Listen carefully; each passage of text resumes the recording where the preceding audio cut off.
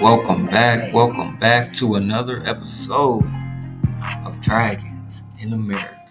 Are you, the dragons, the dragons found here in America? The copper-colored Khans, the Amaru Khans, the Hibarus of Kalelus. All praises to the Most High. Allahu, man. We're on episode 20 of this thing, man, and I just want to say shalom to the home team, to all my Zarakim, Nistarim, to the Malakim and the Kerubim, right? Servants of the Shamayim, man. Let's go, man. We're just talking lost tribes and promised lands, the seed of Abraham. We're talking Eleazar of Aram, Eliakim, son of Hilkiah, Khan Josiah, and Messianic kings and Messianic queens. We're talking Barber Hakatzin and the wise king.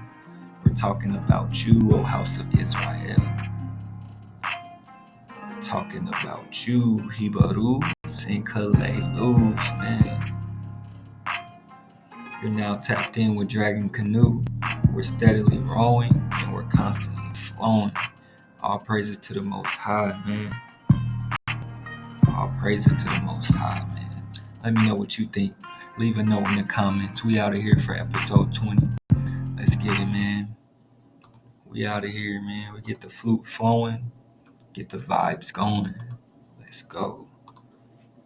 We're just talking Section 107 of the Copyright Act. Provides the statutory framework for determining whether something is a fair use and identifies certain types of uses, such as criticism, comment, news reporting, teaching, scholarship, and research. We're just talking about research, man. That's all. We're just talking research. Let me know what you think. Leave a note in the comments. Shout out to all my new subscribers, man, and shout out to everyone been rocking with me.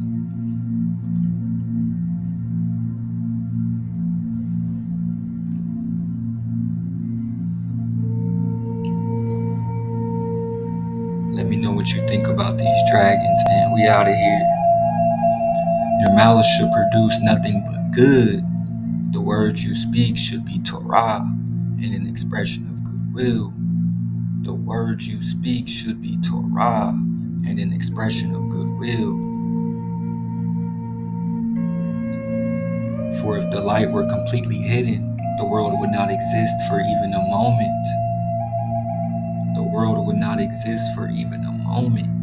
Every single day, a ray of light that shines into the world, keeping everything alive. With that ray, wow, feeds the world. And everywhere that Torah is studied at night, one thread thin ray appears from that hidden light and flows down upon those absorbed in her. Since the first day, right, the light has never been fully revealed, but it is vital to the world, renewing each day the act of creation, right? Because before one, what do you have? Because it is undefinable, as yet bears no relation to anything else. We're just talking about the Most High. Amma and Abba, your mother and father above. So Huwa, great, mighty, and awesome, powerfully breathed out a breath. And cosmic space expanded to the boundary determined by divine wisdom until Huwa said enough. How did Huwa create the world? Like a person taking a deep breath and holding it. In the darkness, Huwa carved cliffs and hewed rocks to clear wondrous paths of wisdom. The first of his works, right? At the top of high places where the paths meet, she standeth. We're just talking about the wisdom,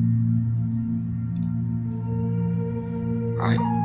So the shamanistic use of feathers is for all these reasons. The feathers enable the soul to become as light as the feather and transcend the boundaries of gravity, time, and space.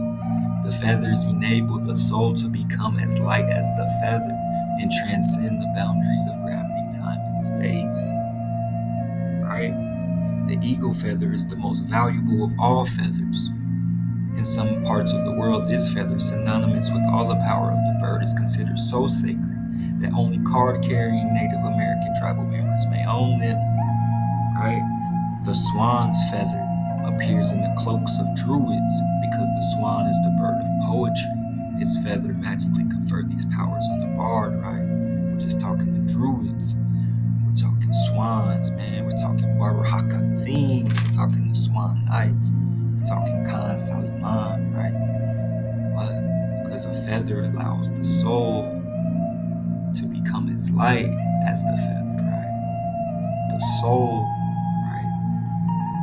Tiao Kuali was meant to join his master in the Shamaims. Only his soul went, leaving his body behind. He instructed his people to guard the body carefully for 7 days. Now pay attention to this story, right? For only his soul went. He instructed his people to guard his body carefully for 7 days, right?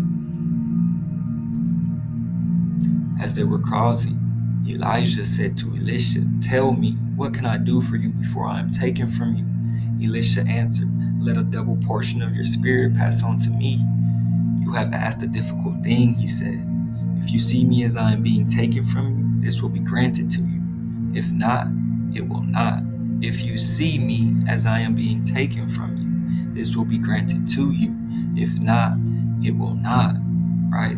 And as they kept on walking and talking, a fiery chariot with fiery horses suddenly appeared and separated one from the other. And Elijah went up to heaven in a whirlwind, for only his soul went, right? Elisha saw it and he cried out, "Oh, Father, Father, Israel's chariots and horsemen." When he could no longer see him, he grasped his garments and rent them in two.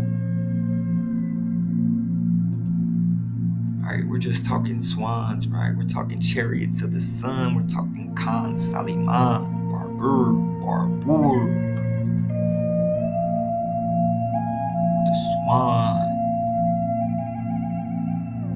For swans pulled the chariot of the sun. For swans pulled the chariot of the sun, right? The otherworldly appearance of the swan has led to its being regarded as one of those shape-shifting birds, right? Or are we just talking about dragons? Let me know what you think. Leave a note in the comments. Or are we talking angels, right? Colossal winged beings, right? For the swan is symbolic of a creature that resides between two worlds because it moves in the elements of water and air. Some myths have the goose as the bird that laid the egg from which the universe hatched, right? Hamsa is a mythical water bird that symbolizes the union of spirit and matter, right? The union of spirit and matter. Are we talking the seal of Saliman, right? Are we talking two swans, right? The supreme swan, lo, he ascends like clouds. His chariots are like a whirlwind. His horses are swifter than eagles. Woe to us, we are ruined, right? You don't want to face the wrath of the Most High, man. Let's go, right? For what do chariots symbolize, right? For the swans pull the chariots of the sun. Are we just talking dragons? Chariots are frequently mentioned in the Hebrew Tanakh, particularly by the prophets, as instruments of war, or as symbols of power or glory, right? And according to the verses in Ezekiel, the chariot made of many heavenly beings being driven by the likeness of a man. Chariot made of many heavenly beings, right? For swans pulled the chariot of the sun, right? Just keep that in your mind. These beings are called the living creatures, the Hayah, right? For when Hua dispatched angels to Abraham to announce glad tidings, they resembled men, thus called Anashim. When Hua sent the angels to destroy Sodom, they were called angels, Malakim, angels of destruction. Seraphim, they were called Hayah, creatures. They were called Ophanim, wills. And the most elevated are called Cherubim, or we learn they associate the Cherubim with the phoenixes, right? Or are we just talking about dragons, right? The appearance of the swan, an ethereal, otherworldly creature floating gracefully upon the calm waters, right? Because we're steadily rowing and we're constantly flowing, right? resemble the spirit world and the eternal feminine. It is a symbol of light, both of the direct light of the sun, right, and the reflected light of the moon. For a swan song is said to be the first and last sound it utters, right? The name meaning swan comes from the Anglo-Saxon word sounder, meaning sound. Let's go, right? Because they're otherworldly, ethereal beings, swans, right? Shapeshifters, right? Are we just talking angels? Are we talking dragons? Thousands angels ministered unto him, and 10,000 times 10,000 stood before him. The angels operate in a metaphysical environment. Closed to humankind is evidenced by the analogy of the many angels that can dance on the head of a pin, despite being apparently colossal multi-winged creatures, that they operate in a metaphysical environment. For the swan is an ethereal creature, right? We're talking ether, right? We're talking otherworldly, right? The union of spirit and matter, right? For Kalelus and Ahibarus was founded by the Babylonian exilarch known as Sylvanus Ogam or Sylvanus Brabo, right? Saliman Barber, right? Ruler of Sumer, Somerset, and Britain. A great Roman Jewish ruler, soldier, and ancestor of the Swan Knights, the Barbour Hakatzin, right? The Swan Knights, but we're not talking Roman Jews. We're talking Hibarus and Kalelus, the copper-colored Khans found here in America. We're talking about you, O house of Israel. And he also had a fleet of trading vessels known as the ships of Saliman, or the Swan boats, right? Are we just talking about chariots of the sun, man? We're talking about dragons. We're talking about Khan Saliman. We're talking about the Hibarus and Kalelus, man. What's the connection? Tell me, right? For King Solomon, there are a system of wisdom, right?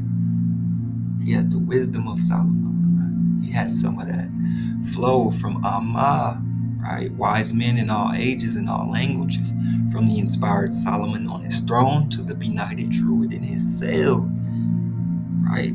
For the Druids also carried the feathers of the swan in their cloaks, right? So what's the connection between Khan Saliman and the Druids, right?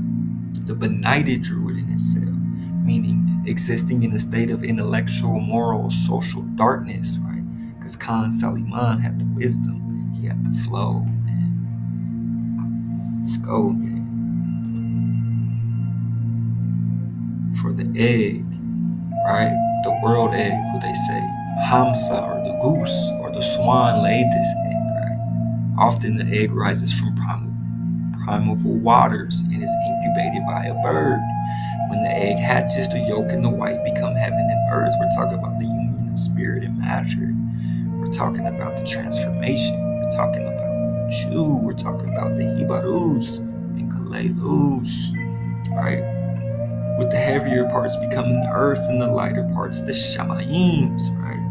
There is also a theory that the entire universe is contained in a huge egg that stands upright,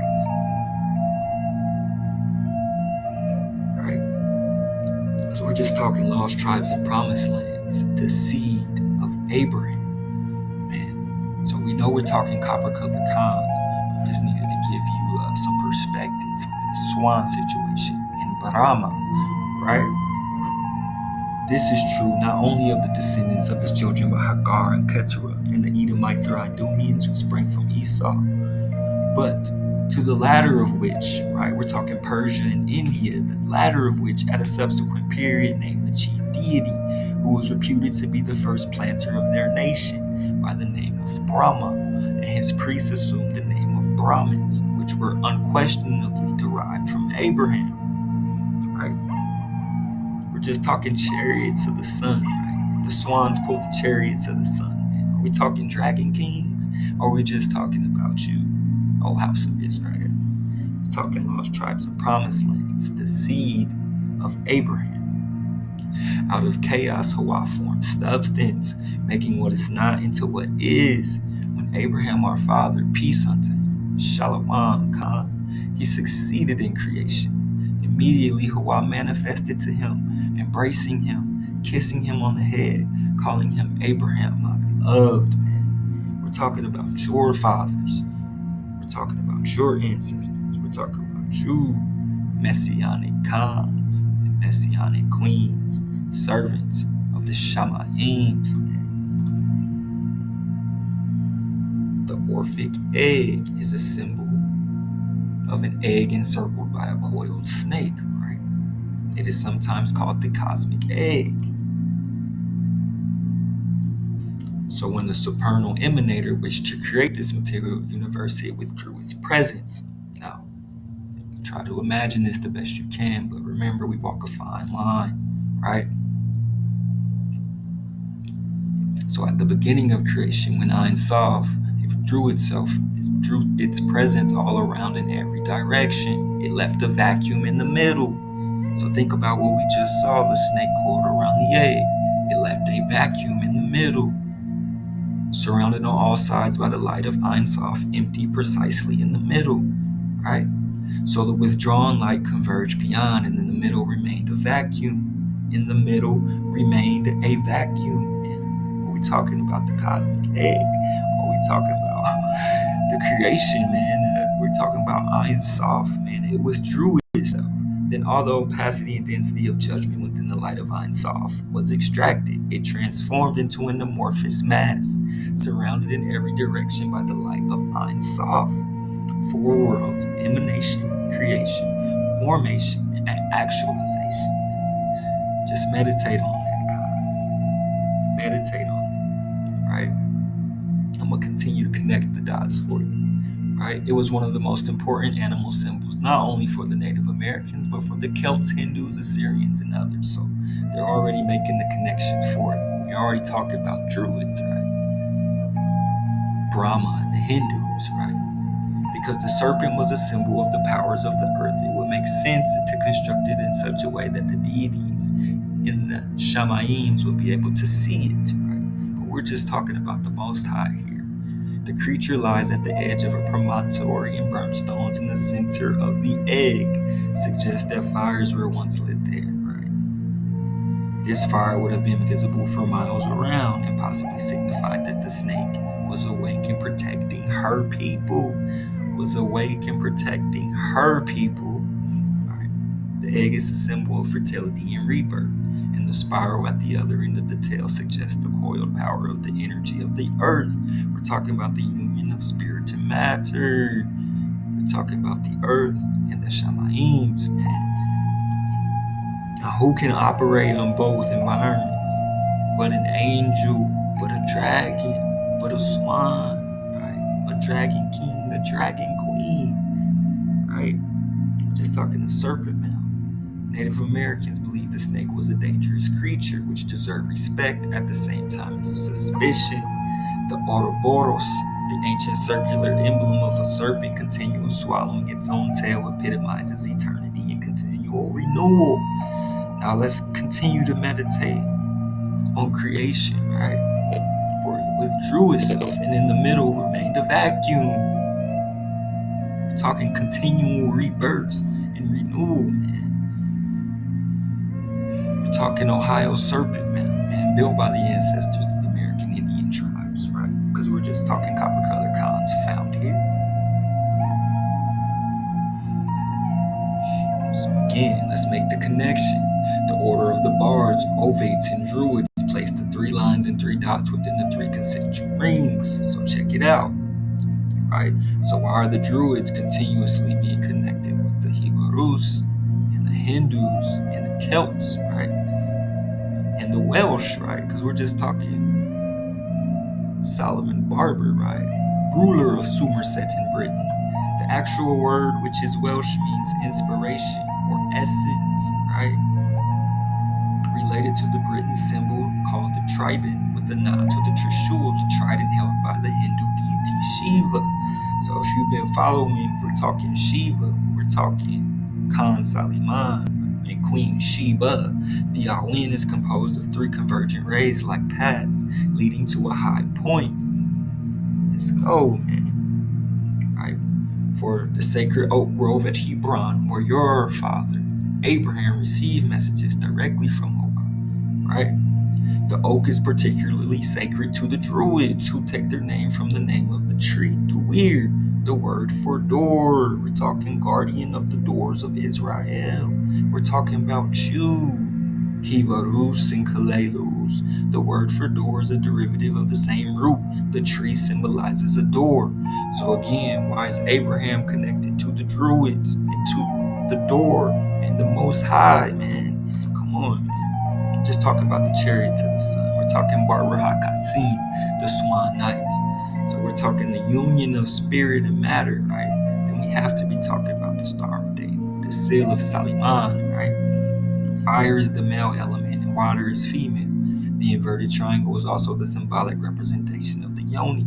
In India, the hexagram is called the Shatkona and represents the energies of Shiva and Kali locked in a constant embrace, right? We're talking Amma and Abba, your mother and father above, right? We're talking Khan Saliman and Queen Sheba, right?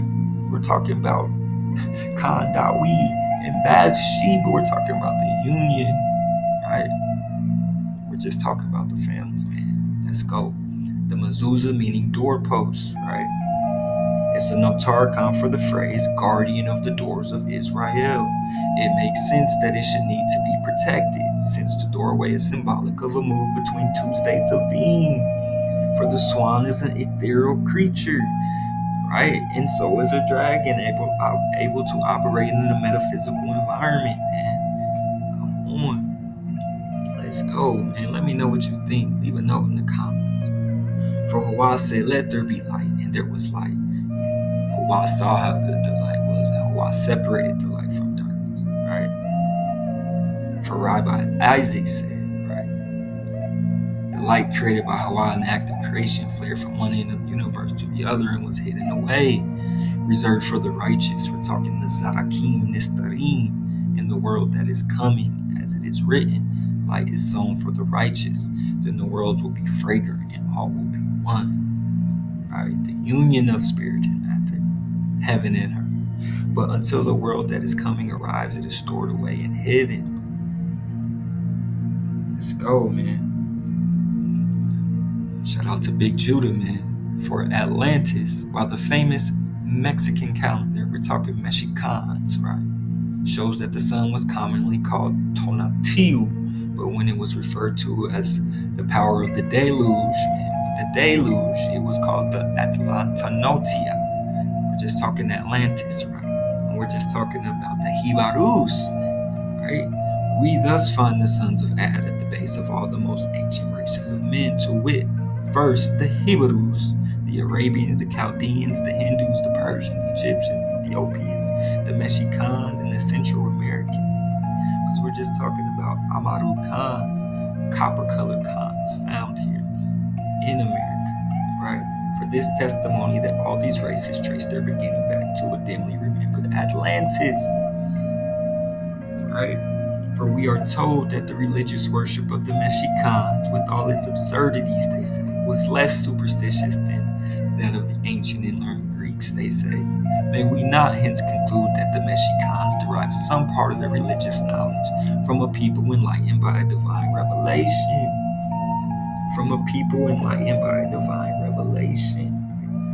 We're talking lost tribes and promised lands, the seed of Abraham.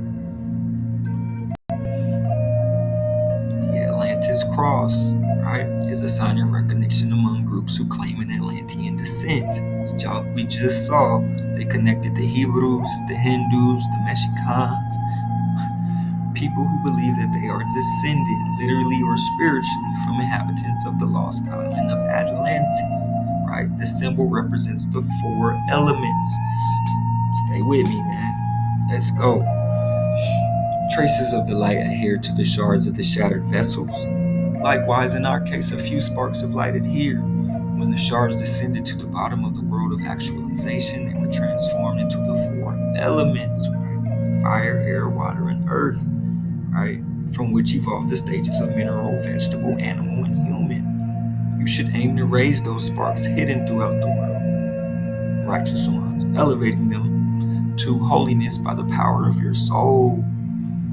the fire in your soul, right? We're just talking the 4 elements, man, and the food. If we're talking China, we're talking about Chu, we're talking Kara Kata, Prester John, and the Black Katan, right? The actual ideogram of food shows a power, blessing, or farm, which is an analogy for the earth. Come on, man. The farm is split into 4 parts, resembling the 4 directions and the 4 elements. Are we talking Atlantis, man? Are we talking China? Are we talking Amaru Khans, man? We're talking dragons and food dogs, man. Let's go. Food dog, American dragon. We're just talking food. We're talking 4 elements, man. We're just talking Atlantis, man. You know. Let's go. Ouroboros, the circle and the serpent, are both symbols that are potent with mystical meaning, and they come together, right? The symbol is sometimes constructed of a dragon rather than a serpent, right? The dragon and the serpent are closely connected. Both creatures often guard treasure of some kind. So what do we say? The guardian of the doors of Israel, right? Only an otherworldly, metaphysical creature could operate in both environments and protect at the same time. And we're just talking dragons here. The true cherubim are imposing winged beings who guard. Imposed winged beings who guard, right? For dragons and serpents are closely connected. Both creatures often guard some treasure of some kind, man. For renewal, right? Because we're just talking Ouroboros, renewal, rebirth. An epiphany enables you to sense creation not as something completed, but as constantly becoming, evolving, and ascending. For we're constantly growing and we're steadily flowing to the world to come, and where everything renews itself, where heaven and earth rejoice, where the Shamayims and the earth rejoice as the moment of creation. When breathed out a breath, so Hua said enough.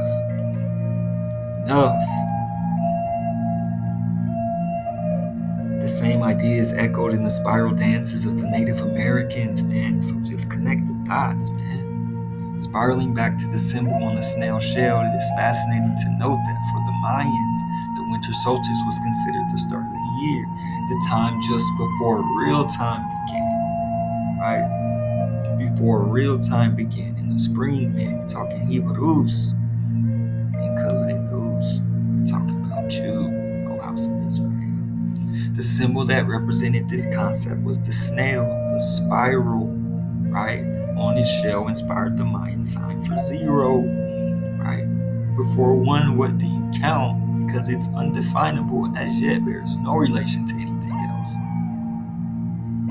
The Ouroboros is a primal symbol of great antiquity. The Ouroboros speaks of motion, right? We're constantly rowing and we're steadily flowing. Continuity and self-fertilization. Let's go. It also appears in Hindu myth as the serpent goddess Nahusha, which creates the world. It also hints at the image of the cosmic egg that is encircled by the spiraling snake. Come on, man. Meditate on it. Meditate on it. You know, we're talking Hindus, we're talking Brahma, we're talking Abraham, man. We're talking messianic kings and messianic queens, servants of the Shamayims.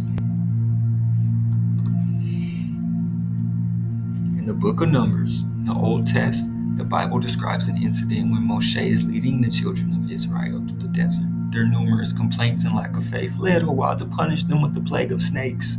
Moshe counteracted this curse by following Hua's instructions to make a bronze serpent, which he put on a pole, a charm against snake bites. This magical serpent was called Nehushtan and worshipped as an idol. Nehushtan, right? Where they said the serpent goddess Nahusha, the Hindu myth, right? Protected the egg, man. But the Hebrews in Kalelus always have this problem, man. Idol worship, man. For we only have one Savior, and that is the Most High, right? Your one and only Savior. For the Onient, right? So Let's connect the dots, which itself is a magical charm believed to have a mind of its own. The Onient comes in the shape of a fish or serpent. Serpents usually connected with dragons, and they typically guard things, right? And gives its owner the power to pierce anything in its way, right? In order to reach the object of desire. It gives its owner the power to pierce anything in its way. So because the Askaundi is an independent being, right? The Askaundi and the Onient are one and the same. The owner is careful to stay on the right side of it, right? Right? For all those abominable idolatries are offensive to Hua. The owner is careful to stay on the right side of it, keeping it happy with gifts and feasts, right? In this case, the Askaundi changes its name to and becomes an Onient, fish, serpent, creature that allows the owner to pierce anything in its sight, as long as you stay on the right side of it, man. Connect the dots, man. Come on, man. Let's go, man. We're just talking Kokopelli, man. It represents the essence of the creative force. Represents the essence of the creative force. There is a Hopi legend which says the Kokopelli traveled from village to village playing his flute. So, we always got the flute flowing, right? He was welcomed with a huge party. Kokopelli, right, had evidently shared his magical powers of fecundity, since all the fields were full of healthy crops and all the girls would shortly find that they were pregnant. Kokopelli also symbolizes the end of winter and the coming of spring. Just like the Mayans, man. The winter solstice right before the real year began, right? Come on, man. We're talking Hebrew roots, man. He's even got dreads, man. Come on, God. Let's go.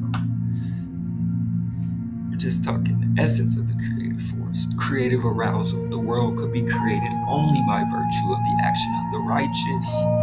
The Zarakim, Nistarim, the righteous ones. So Hua contemplated the good deeds of the righteous.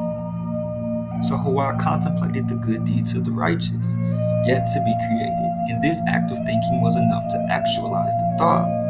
Hua drew forth from within himself and delighted himself with holy people. Delighted himself with holy people, like those who would eventually be. This joy engendered undulation, greater delight, and the bliss of contemplating the righteous, the dream of contemplating you, Hebrews. You keep the code where you follow the commandments of your mother and father above. Of imagining holy people in this fluctuation, the power to create was born. The power to create was born. Let's go, man. The power to create was born. And the Metatron's cube, man, is said to be one of the most powerful angels in heaven. We're talking about Enoch, the beloved of Hua, right? However, Metatron was seated because it was his role as scribe to record the history and deeds of humankind, right? And early Kabbalistic documents say that Metatron formed this cube from his soul, right? Thus, the power to create was born from Hua. Delighting in the righteous ones, man. Let's go, man. The most powerful of the angels, right? We penetrate into the bowels of the earth with Enoch, the beloved of Hua. We listen to the preaching of Noah and witness the excellence of the Most High, man. The celestial scribe, the recording angel, Enoch, Metatron, man. Let's go, man. Let me know what you think. Leave a note in the comments, man. We're just talking the star, right? The flower of life. This star-shaped thing gives the foundation for the construction of Metatron's cube, from which, in turn, the five Platonic solids can be made, right? Come on.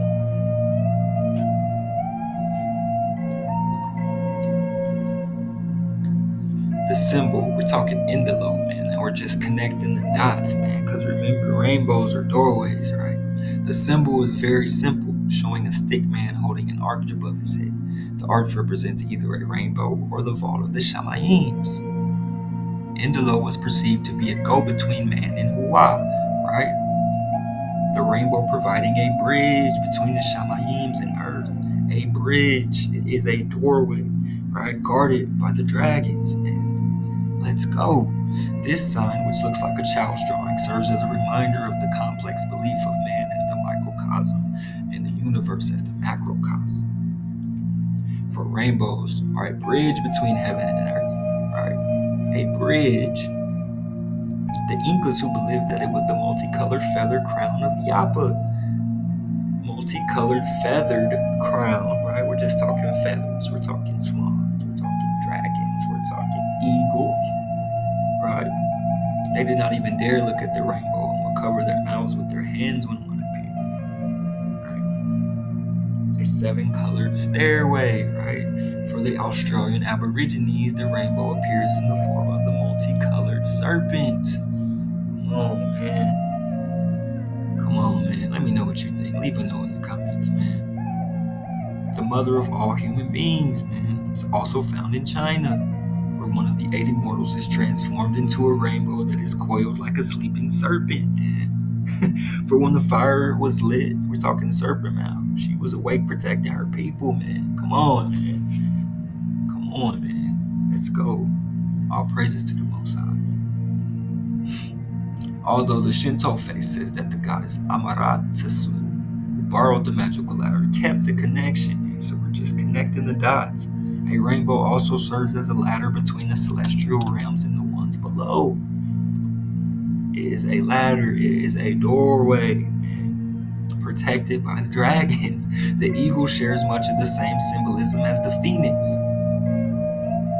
i.e. that of the sun that never dies, man. Come on, we're talking about swans who pilled the chariot of the sun. Or we talking dragons, man, or phoenix? I don't know, or angels, you tell me. For Native Americans, the power of the eagle is such that the possession of one of its feathers is the ultimate accolade. The eagle is the father of the people. A power in illicit possession of a feather by anyone who does not have the right to have it is punishable by heavy fines, right? The eagle feather is not only sacred to the Native Americans, right? We're talking Amaru Khans, copper-colored Khans, but to Hindus, we're talking Brahma, we're talking Abraham. We're talking Aztecs, we're talking Quetzalcoatl, we're talking Moshe, we're talking Mexicans. Aztec emperor was decorated with eagle feathers, right? The eagle told the people where Mexico City should be built. Come on, man. What's the connection between eagles, swans, dragons, doorways? Come on, man. Just talking Quetzalcoatl, man. Deity associated with learning and knowledge. Come on. A snake bird, right? A snake bird, like a civilizing influence. A civilizing influence, right? Quetzalcoatl decided to leave his people driven out by other gods, man. Driven out by other gods, man. For in the book of Numbers, man, in the Old Testament, people wasn't listening to Hawaii Moshe. Driven out by other gods. He burned his house and hid his treasure. Let's go, man. Just talking Kundalini, man. It's all connected, man. It's all connected, man. Physical and spiritual energy that lives half dormant at the base of the spine, and meaning to spiral or coil, right? It is similar to the Ouroboros, right? The Kundalini energy is female when awakened, right? And when awakened, right? For when the fire was lit, the serpent was awake, protecting her people, right?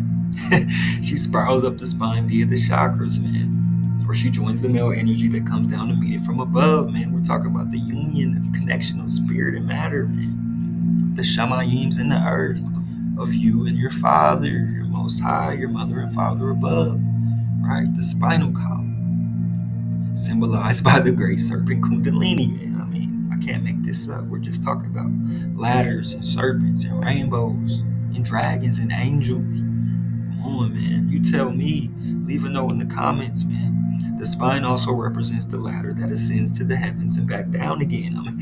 I mean, come on, man. Talk about the ladder of Jacob, man. We're talking about the Tali, the dragon, the will, and the heart, man. The power of the armies of Israel, the living Elohim, right? The proof of this is revealed in the universe, right? Over them ruled Tali, the dragon, the will, and the heart. Oh, man. We're talking lost tribes and promised lands, the seed of Abraham. The celestial dragon Tali is placed over the universe like a king upon a throne. Is placed over the universe like a king upon a throne. Right? The revolution of the years as a king over his dominion. The heart of the man is as a king in warfare. Right? And the Elohim set good over against evil. Right? And that one stands above. For Huwa, the faithful king, rules over all. And after that, our father Abraham had perceived, man. Let's go. Just talking Eleazar Alvaran, man. We're talking Eliakim, son of Hilkiah, Khan, Josiah, man. Messianic kings and messianic queens, servants of the Shamayims, man. Let's go. Those are some of the qualities by which you resemble your Creator. The sublime qualities of compassion have a precious characteristic. Just as you conduct yourself below, so are you worthy of opening the corresponding sublime quality above, man. We're talking about the ladder, the connection. For if you follow the commandments, for your mouth should only speak to Ra, exactly as you behave, so it emanates from above. You cause that quality to shine in the world without a keenness to read. You make Hoa happy, right? You make Hoa happy, man. All praises to the Most High, man. Allahu. Episode 20, man. Let me know what you think. Leave a note in the comments. We're steadily rowing and we're constantly flowing.